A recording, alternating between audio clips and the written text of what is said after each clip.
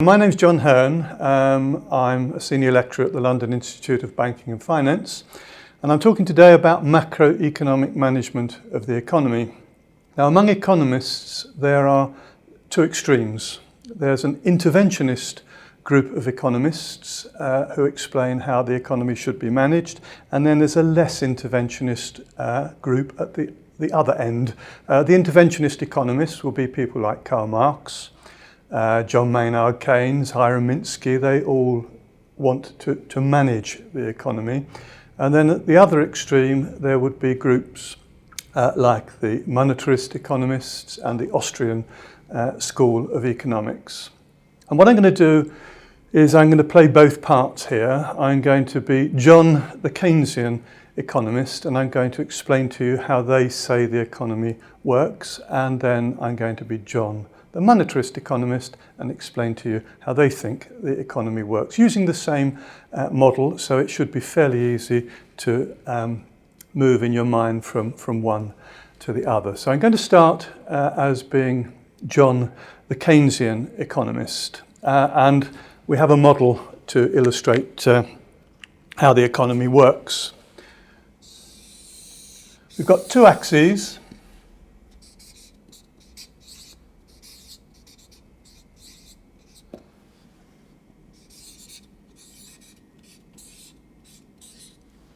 On the vertical axis, we're just looking at the average level of prices in the economy, and on the horizontal axis, we're looking at some output measure of the economy. I've put RGTDP there, which is real gross domestic product, the actual physical output in the economy. And there's an aggregate function, which is just downward sloping from left to right, which we're going to refer to as aggregate demand. And if we hold all things constant, one of the things us economists like to do all the time, and we just change the average level of prices, people with the same incomes would be able to buy more. If the average level of prices go up, they would be able to buy less. So the function that we've got is just a downward sloping function from left to right. There is then an aggregate supply function. And this aggregate supply function will look something like this. Now, the aggregate supply function just tells you what would be supplied in the economy at different level of average prices. And then we've got a nice position here, which all economists like, where two lines cross, where we have got an equilibrium position for the output of the economy or the income of the economy. The symbol Y is usually used on that axis there, and it would all be in equilibrium at that average price there, which we'll put down as APE. So the economy is in general equilibrium under these circumstances.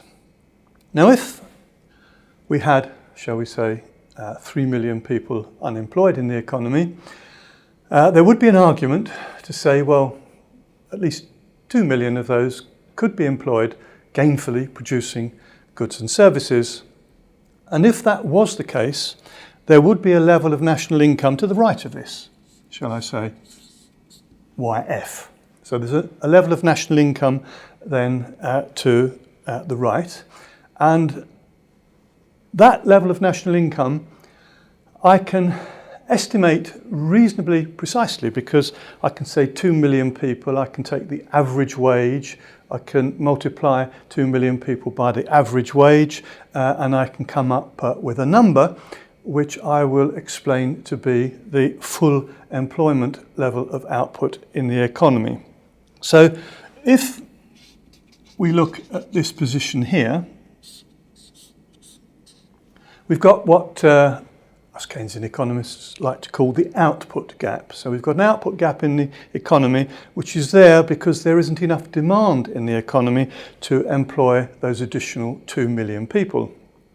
And we can calculate what's the number of units of money required to move from YE to YF, because we have multiplier numbers which would show you if I put a certain amount of money into the economy, the impact that would have on the total amount of income at full employment. So I can do a calculation that I need to inject a certain amount of money into the economy to boost aggregate demand. In other words, shift that function over to the right from AD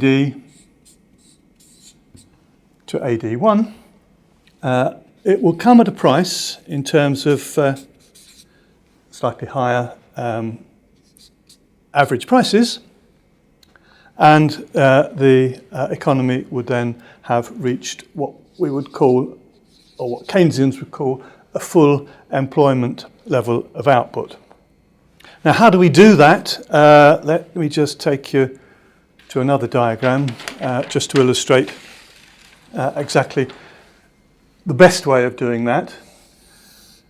And this one here looks at the economy in terms of the national income that's reported every quarter, every year, and it's a measure of what we would call the circular flow of income. Now, the circular flow of income has leakages in it, and those leakages are called withdrawals from the circular flow. And when people save money, there's a withdrawal. When people pay taxes, there's a withdrawal. And when people buy imports, there's a withdrawal. ST and M are the symbols that represent that. There are three corresponding injections into the economy. The three corresponding injections are investment, G, government expenditure, and X, exports. So here we have our equilibrium once again on this axis here. We're measuring real GDP once again there. And here we've just got to measure in terms of a currency. It doesn't matter what currency that we measure this in. And we've identified, remember on the other diagram, that there's a position to the right of this, YF, where we would like to move in order to get full employment in the economy.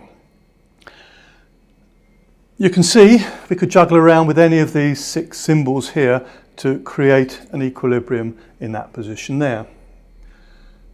Government are the best people to do this. Government have got 2 variables here, government spending and taxation. So we could reduce taxation, or we could raise government expenditure in order to boost demand in the economy. And we generally argue that government should boost expenditure, because if we give you your own money back, we can't always trust you to not buy imports. And if you buy imports, then that goes straight as a withdrawal from the circular flow of income. Whereas if we spend the money ourselves, at least we can determine it's spent on good old UK products. So in other words, we shift J upwards from J to J1, and we create this full employment equilibrium by arguing that governments should budget for a deficit at less than full employment, expand the economy, and achieve a full employment level of income, which is YF. We undergo some inflation. It's what, again, we would refer to as the Phillips curve, where you have a little more inflation, you have a little more employment.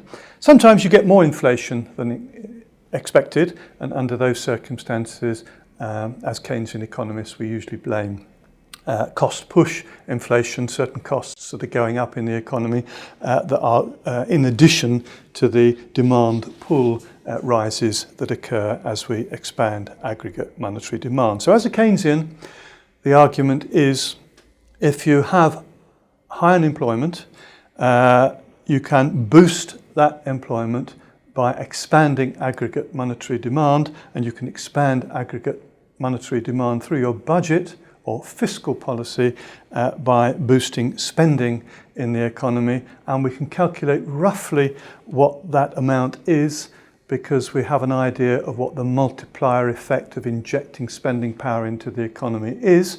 I think the last time I looked, which was quite a long time ago, the calculation was 1.46, which means if we wanted to raise aggregate demand by 1.46 million pounds, then all we've got to do is put 100 million pounds into the economy and it will expand income by the required amount, and we will move nicely from that position to that position there. So that's one of the ways that Keynesians would argue that you should use aggregate demand to achieve higher levels of employment or full employment. That's the end of the explanation of the Keynesian approach to managing the economy, and we'll now move over to the monetarist or free market argument for expanding an economy under these circumstances. This is part two. I'm now John, the monetarist economist, and I'm going to explain to you that almost everything that John the Keynesian said to you is incorrect, and this is the way that the economy should be managed. We're going to use the same diagram. So our real GDP on that axis and our average level of prices on that axis there. So if we move up that axis, we've got inflation, move down that axis, we've got deflation, move along that axis there, we've got output. And the one thing that we can all agree on is this aggregate demand function, which is downward sloping from left to right. And that's about it as far as agreement goes, because we disagree on the slope of the aggregate supply curve. In the long run, the aggregate supply curve is vertical, not upward sloping from left to right. So we will get an equilibrium here, average price there, and an output level there. And that's exactly the same as our equilibrium before, except that the AS curve is a different shape, and where it crosses the AD curve, we get our general equilibrium position. Now, the aggregate supply curve, it's a long-run situation. There are little short-term blips when things happen in the economy, but we tend to always move back to this particular trend position here. And YE is the position that the economy will always settle into. And it will settle into that position because of a number of institutional factors within that economy, and it won't be the same for one country to another. It will vary from one country to another, dependent upon various things. For example, if you lived in a country where there were very high welfare benefits, then unemployment would tend to be significantly higher than if you lived in a country which had no welfare benefits at all, because you'd have to work or you would starve. And there are other factors like the flexibility that there is in labour markets, the support that government gives or doesn't give to the economy, that will create an equilibrium position that will be different from one country to the next. And if you have your unemployment, and we can have the same 3 million people unemployed, under these circumstances, there would be a position to the right of YF where the economy could settle at a higher level of employment currently.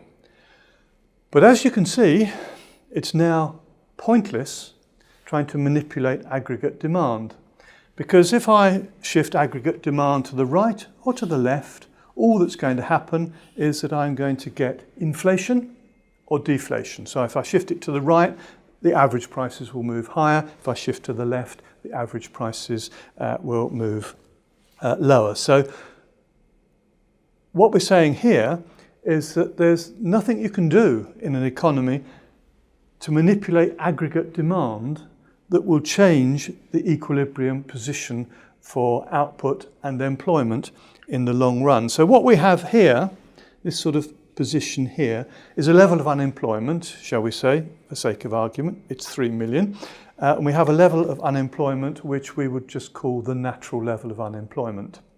So natural in the sense that given all the factors in your economy, then the level of employment will tend to settle at that level there. And and there's nothing that you can do to manipulate that without just causing inflation and deflation.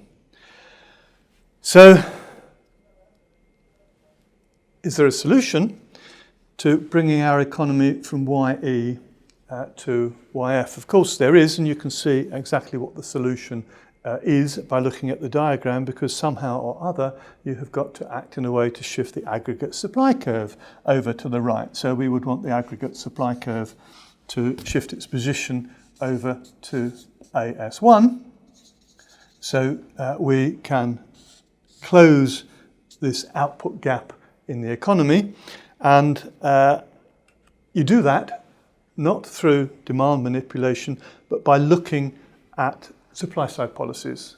So if you want to employ more people in an economy, bearing in mind it will naturally settle at that position there, then what you will have to do is to think what it is that causes this to take place. It may well be that you've got to try and create more flexibility in labour markets. It may be that you've got to try and become more selective with the way that you offer welfare benefits. It's any number of factors that you can introduce. You might want to change your tax regime to try and give more incentive for people to work and for entrepreneurs to expand businesses. So many things you can do, but they all come down as supply side policies, not demand side policies. There is a role for demand here, because in the process of moving from here to here, if I didn't do anything to demand, I'd end up getting a deflation. I'd have a fall in the average level of prices. So to avoid a deflation, because I know economists are fans of deflation, I would want an accommodating shift in aggregate demand from AD to AD1, which can be brought about purely by monetary policy, so that I can end up at a fuller level of employment and a higher average, the same average level of prices, not getting that fall in prices. So here I've closed the output gap, and I've closed the output gap by using supply side policies. Now if you look at the evidence, there have been many, many years of attempts to manipulate aggregate demand to create employment, almost ever since the Second World War, and it doesn't work. Now there's always an explanation among the Keynesian economists of why it hasn't worked yet and why it will work next time. But let's look at some of the sort of issues which are the debates between us. We both agree that if there's 3 million unemployed and 2 million people could be employed, gainfully producing goods and services, that there is an output gap in the economy. What we disagree over is the way that you can close that output gap. In other words, you can't close that output gap by manipulating demand. You have got to close the output gap by pursuing supply side policies, but with an accommodating adjustment in demand to make sure that you don't get excessive inflation. Inflation is another issue where we disagree with each other once again, because if you're a Keynesian and inflation is higher than you anticipated with the policies you pursue, you tend to blame cost push inflation. Now, monetarists know that there's no such thing as cost push inflation. A rising costs cannot raise the average level of prices. A rising costs changes relative prices, but it doesn't change the average level of prices, because by definition, inflation is just more units of money used in the same number of transactions. And those more units of money are the cause of the inflation, because you can't get more units of money in the economy just because oil prices go up or wages go up or the exchange rate falls. You only get more units of money in the economy if the central bank pursues a policy which allows monetary demand to increase. So if you're a monetarist economist, there's always only one cause of inflation, which is too much money chasing too few goods. So the Keynesians and the monetarists sort of step apart in the way they think the economy should be managed. The economy should be managed, if you're on the less interventionist end of the spectrum of macroeconomic management, then you're going to look at aggregate supply being shifted to the right through supply side policies.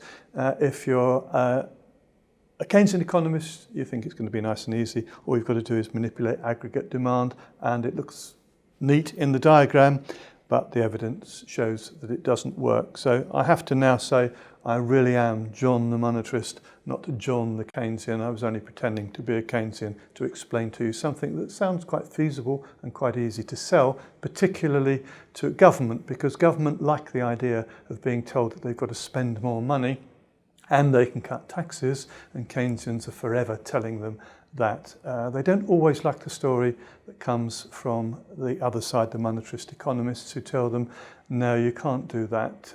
You're better off actually if you balance your budgets and work hard on trying to change the conditions of supply in your economy if you feel that unemployment is at a level which is politically unacceptable.